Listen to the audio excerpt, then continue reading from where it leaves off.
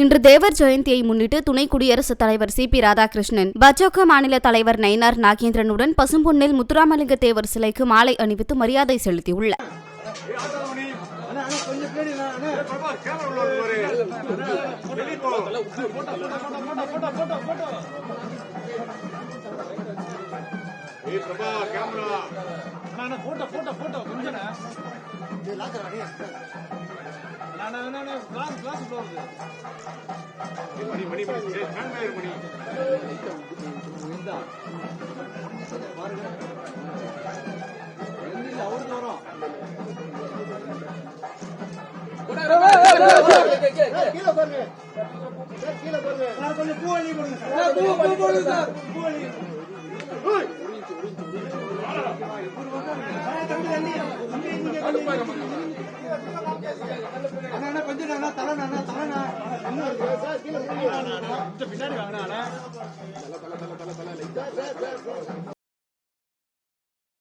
செய்திகளை உள்ளது உள்ளபடி தெரிந்து கொள்ள ரெஃப்ளெக்ட் நியூஸை சப்ஸ்கிரைப் பண்ணுங்க.